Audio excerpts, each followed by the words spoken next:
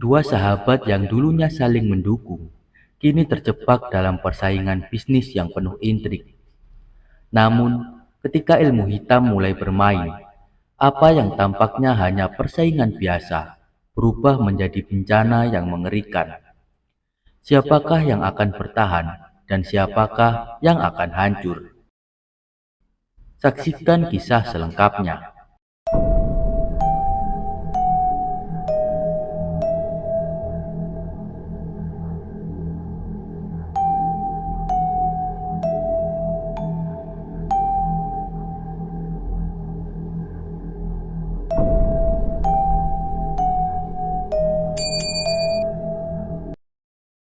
Di sebuah kota kecil di Jawa Tengah, ada dua pedagang angkringan yang dulunya bersahabat, namun kini menjadi musuh bebuyutan. Pak Tono dan Pak Marno. Begitu nama mereka. Keduanya berjualan di lokasi yang berdekatan, hanya terpisah beberapa meter di sepanjang jalan yang ramai oleh para pekerja dan mahasiswa yang mencari makanan murah. Persaingan mereka begitu sengit, hingga membuat suasana di antara mereka menjadi panas. Pak Tono adalah pria sederhana yang memegang teguh prinsip kejujuran. Dia percaya bahwa kerja keras dan doa adalah kunci keberhasilan. Setiap hari, Pak Tono bangun sebelum subuh, menyiapkan semua bahan-bahan untuk angkringannya. Dengan bantuan istrinya, Butini, mereka mempersiapkan nasi kucing, sate usus, gorengan, dan berbagai minuman yang menjadi favorit para pelanggannya. Namun belakangan ini, Pak Tono merasa ada yang tidak beres, meski usahanya tetap berjalan. Jumlah pelanggan yang datang tampaknya semakin menurun. Sementara itu, angkringan Pak Marno selalu ramai, seolah-olah ada sesuatu yang membuat orang-orang lebih tertarik ke sana. Bu, kok ya rasanya janggal ya? Padahal kita sudah masak yang terbaik, tapi kok pelanggan semakin sepi? Keluh Pak Tono kepada istrinya. Suatu pagi, ketika mereka sedang menyiapkan dagangan, Butini yang juga merasakan keanehan itu hanya bisa mengangguk. Mungkin rezeki kita lagi dicoba, Mas. Sabar saja, insya Allah nanti juga ada jalan. Tapi di sisi lain, Pak Marno yang terkenal licik rupanya tidak puas hanya dengan bersaing secara sehat. Dia mulai merasa bahwa untuk memenangkan persaingan ini, dia perlu melakukan sesuatu yang lebih dari sekedar memasak makanan.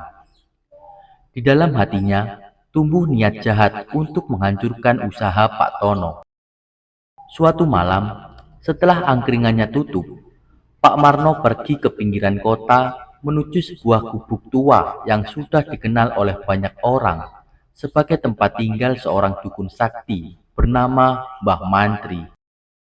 Mbah Mantri adalah sosok misterius, dikenal memiliki ilmu hitam yang mampu mempengaruhi kehidupan orang lain, baik untuk kebaikan maupun keburukan. Mbah Mantri adalah sosok dukun tua yang dikenal memiliki kemampuan supranatural dan sering dimintai bantuan oleh orang-orang yang ingin menggunakan ilmu hitam untuk mencapai tujuan mereka. Namun, Mbah Mantri bukanlah dukun biasa. Dia sebenarnya adalah pawang ilmu hitam yang memiliki kekuatan untuk mengendalikan makhluk-makhluk mistis seperti buto ijo dan energi-energi negatif lainnya. Di balik penampilannya yang sederhana dan berwibawa, Mbah Mantri memiliki hubungan erat dengan dunia gaib. Dia menggunakan ilmunya untuk melakukan ritual-ritual gelap, baik untuk membantu orang-orang yang ingin mencelakai orang lain maupun untuk tujuan lain yang tidak baik. Meskipun begitu, Mbah Mantri selalu memberikan peringatan kepada mereka yang memintanya untuk menggunakan ilmu hitam, bahwa ada resiko besar yang harus ditanggung jika mereka melanggar aturan atau gagal memenuhi syarat-syarat yang ditentukan. Di masa mudanya, Mbah Mantri pernah berguru pada banyak dukun sakti di berbagai daerah, memperdalam ilmu gaib, hingga mencapai tingkat yang sangat berbahaya. Karena ilmunya yang tinggi, dia menjadi dihormati sekaligus ditakuti oleh masyarakat sekitar.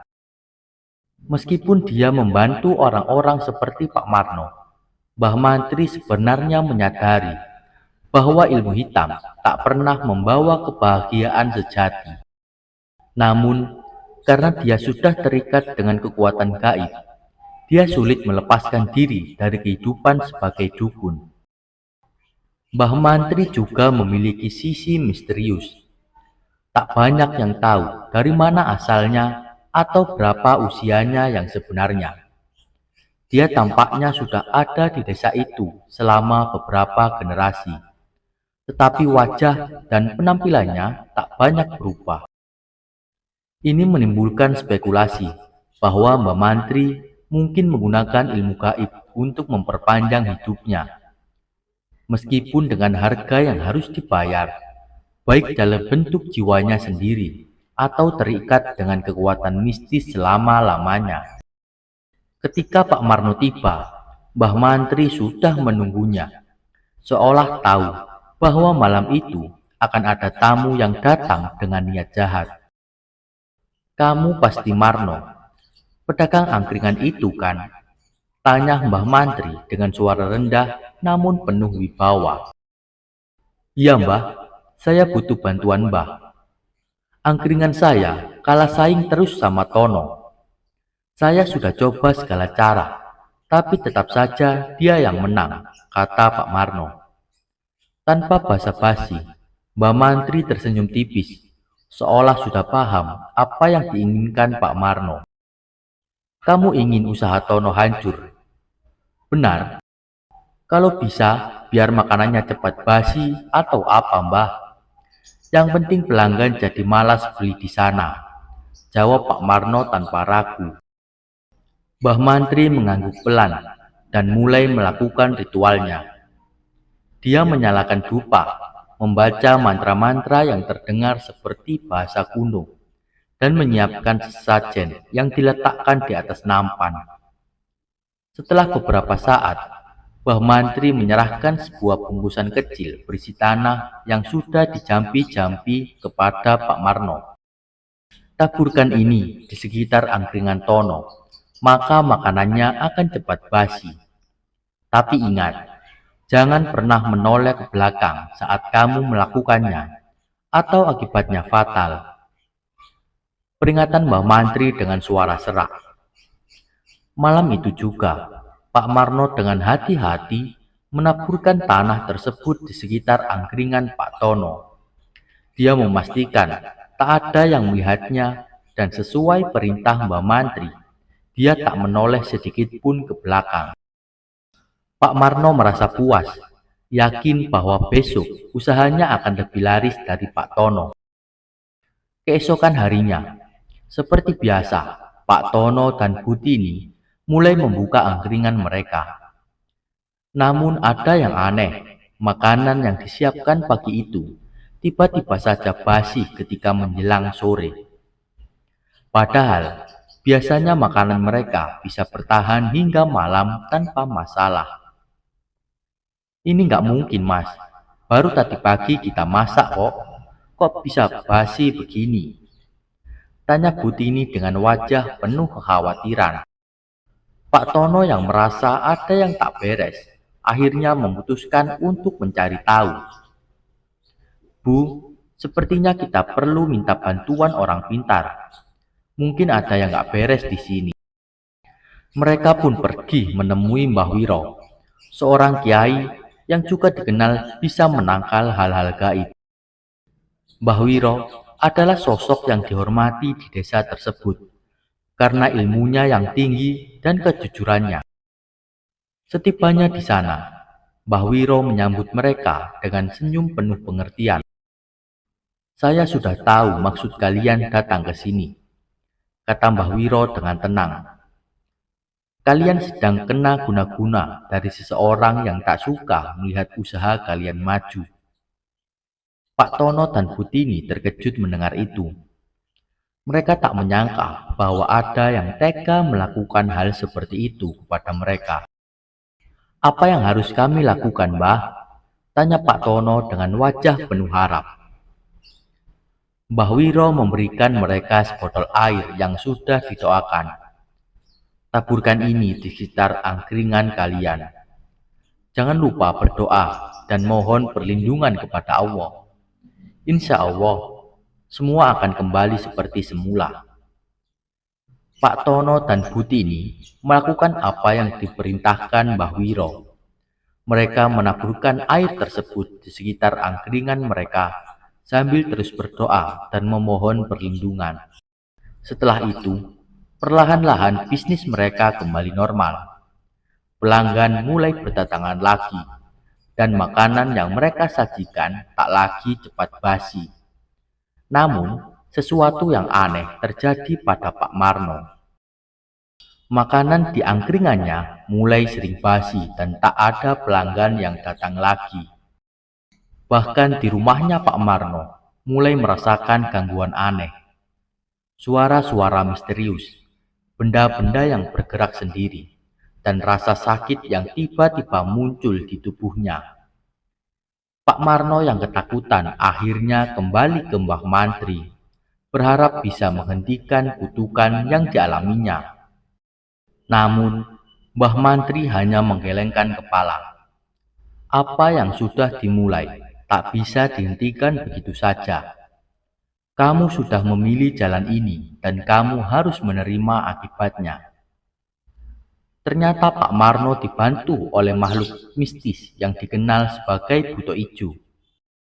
Buto Ijo adalah sosok raksasa hijau dalam mitologi Jawa yang sering dihubungkan dengan kekuatan gelap atau ilmu hitam. Makhluk ini dikenal suka membantu orang-orang yang melakukan perjanjian atau ritual mistis dengan tujuan jahat, seperti menyakiti orang lain atau merusak usaha orang lain.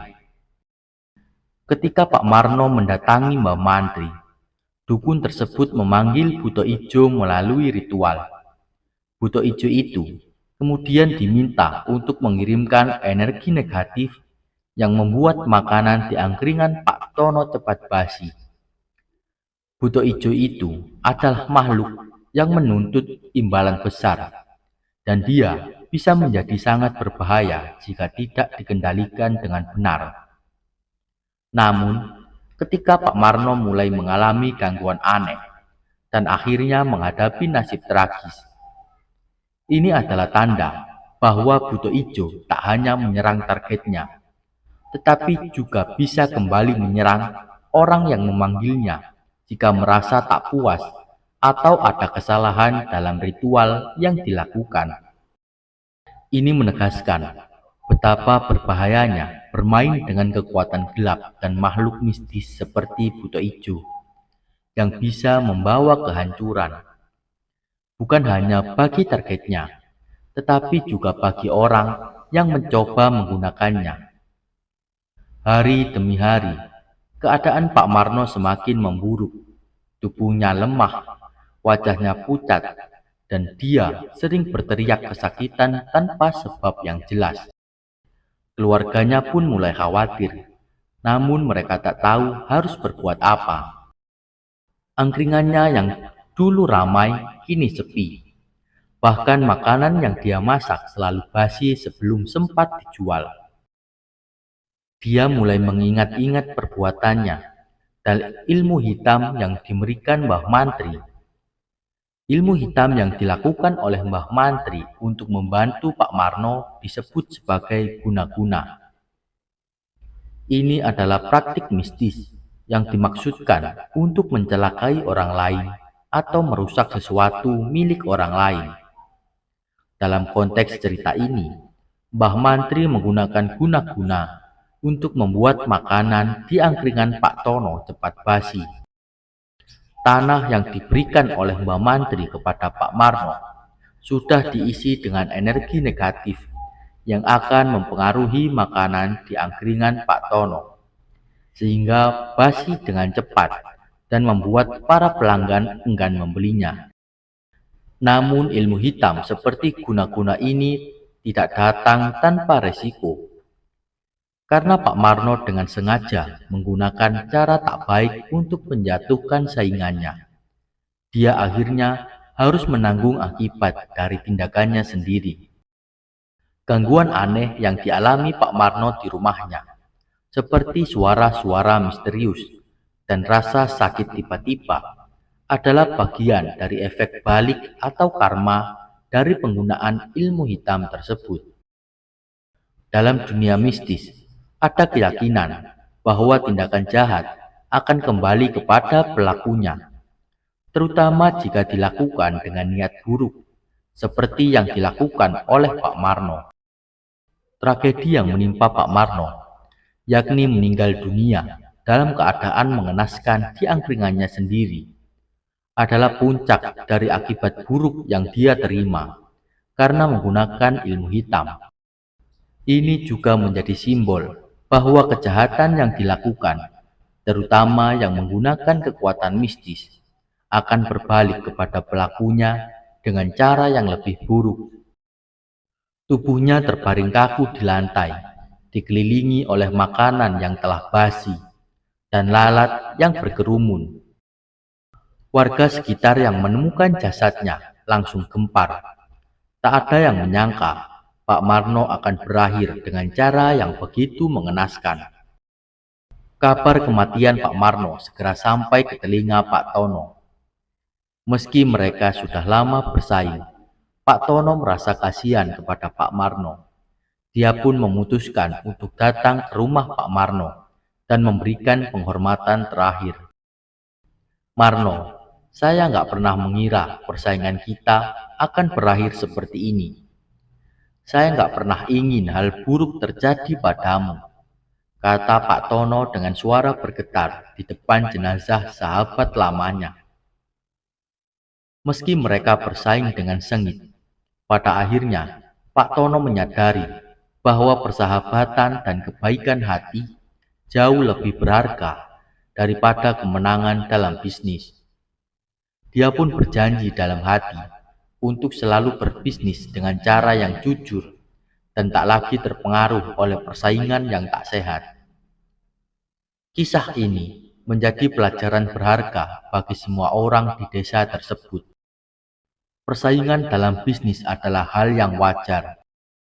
Namun, jika sudah melibatkan ilmu hitam dan niat buruk, hasilnya hanya akan membawa kehancuran. Pak Tono dan warga desa lainnya sadar bahwa rezeki sudah diatur oleh Yang Maha Kuasa.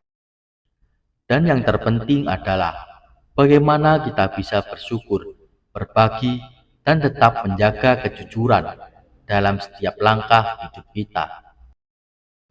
Setelah kematian tragis Pak Marno, kehidupan di desa kembali normal.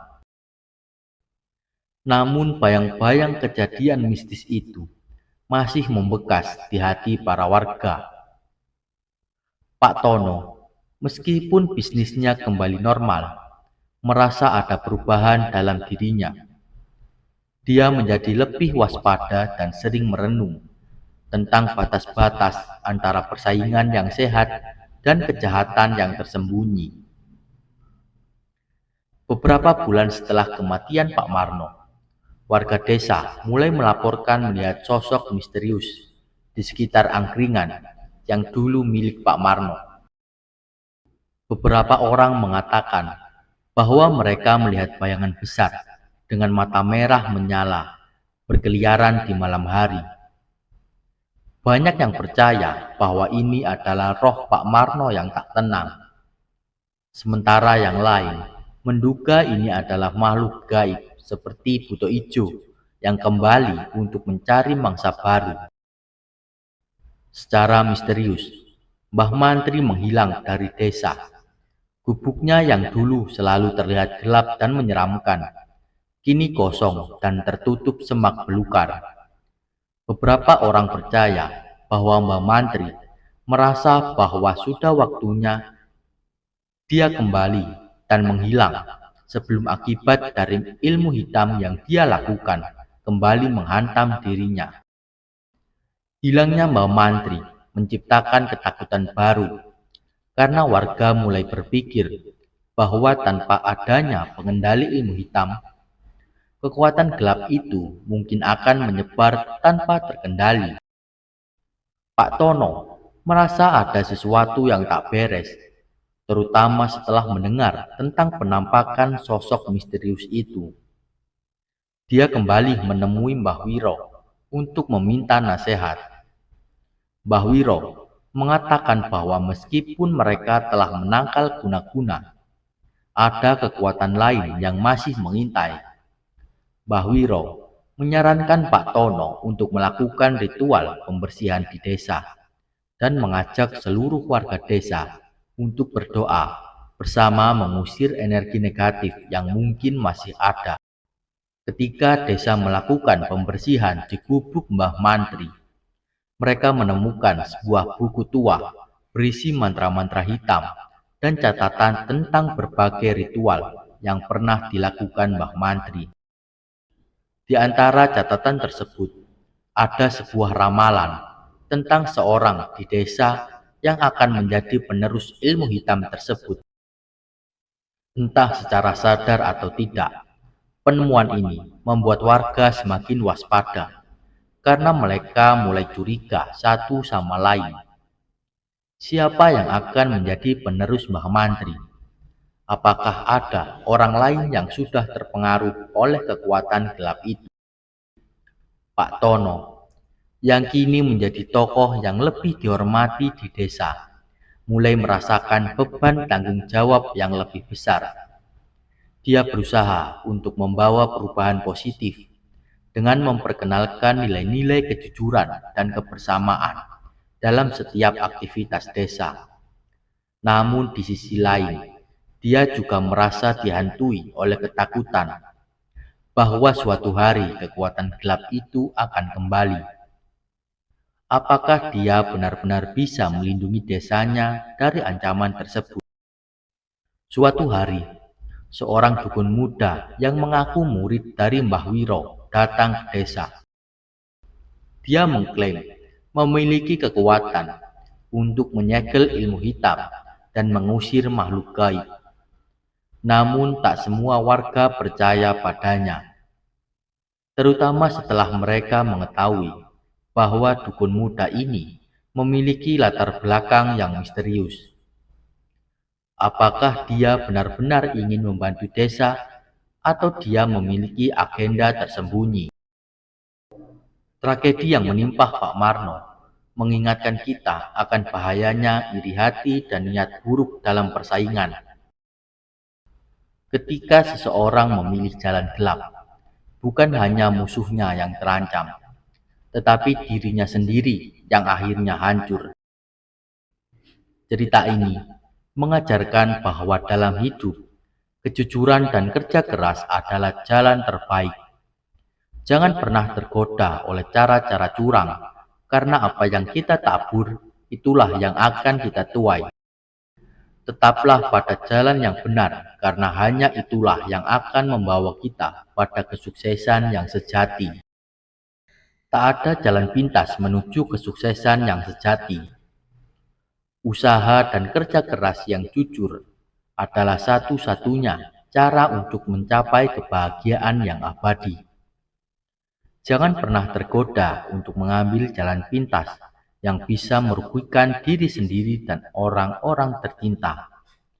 Terima kasih telah menyaksikan kisah di channel kami.